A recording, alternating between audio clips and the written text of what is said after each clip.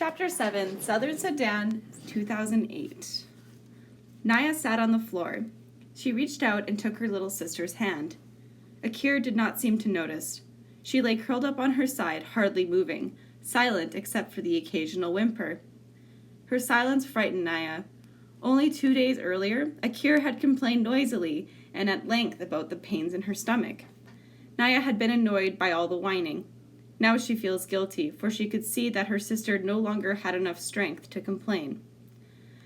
Naya knew many people who suffered from the same illness. First cramps and stomach ache, then diarrhea, sometimes fever too. Most of the adults and other older children who fell ill recovered at least enough to work again, although they might continue to suffer on and off for years. For the elderly and small children, the illness could be dangerous. Unable to hold anything in their systems, many of them starved to death, even with food right in front of them. Naya's uncle, the chief of their village, knew of a medical clinic a few days' walk away. He told Naya's family that if they could take Akir there, doctors would give her medicine to help her get better. But a trip like that would be very difficult for Akir.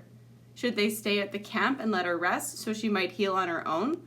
Or should they begin the long, hard walk and hope they reached help in time?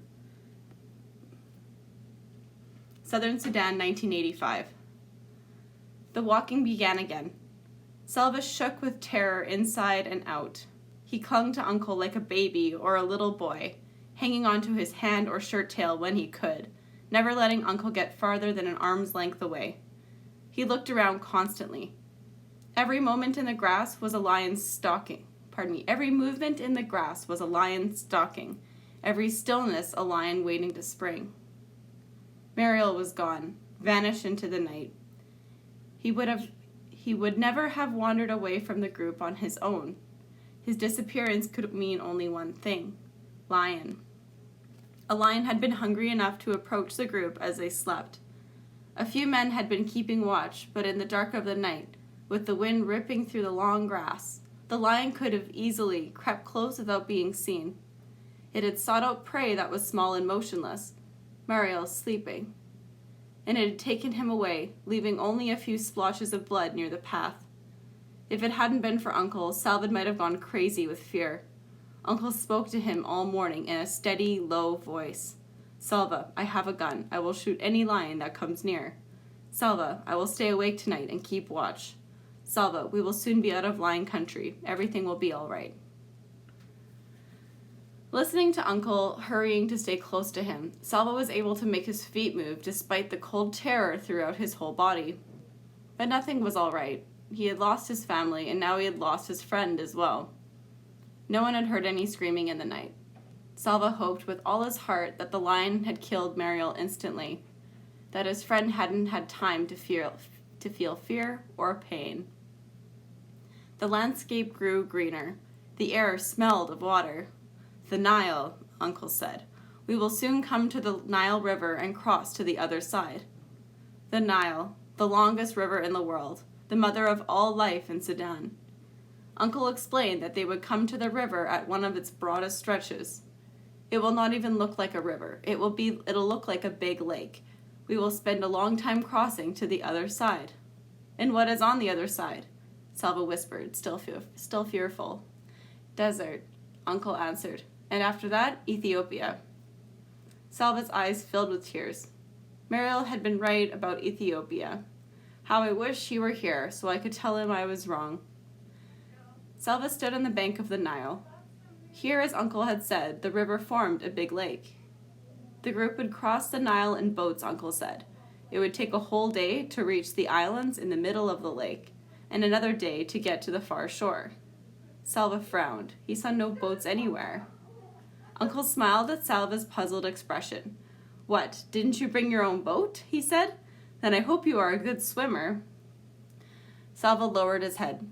He knew that Uncle was teasing, but he felt so tired. Tired of worrying about his family, tired of thinking about poor Mariel, tired of walking and not knowing where they were going. At least Uncle could do is tell him the truth about the boats. Uncle put his arm around Salva's shoulders. "You will see. We'll have a lot of work to do." Salva staggered forward with yet another enormous load of reeds in his arms. Everyone was busy. Some people were cutting down the tall papyrus trees by the water's edge. Others, like Salva, gathered up the cut stalks and took them to the boat builders. Among the group were a few people whose home villages had been near rivers or lakes. They knew how to tie the reeds together and weave them cleverly to form shallow canoes. Everyone worked quickly, although there was no way of knowing whether they had to hurry or not, no way of knowing how near the war was. The fighting could be miles away, or a plane carrying bombs could fly overhead at any moment. It was hard work running back and forth between those cutting and those weaving, but Salva found the work was helping him feel a little better. He was too busy to worry much. Doing something, even carrying big, awkward piles of slippery reeds, was better than doing nothing. Every time Salva delivered a load of reeds, he would pause for a few moments and admire the skills of the boat builders. The long reeds were laid out in neat bunches. Each end of a bunch would be tied together tightly.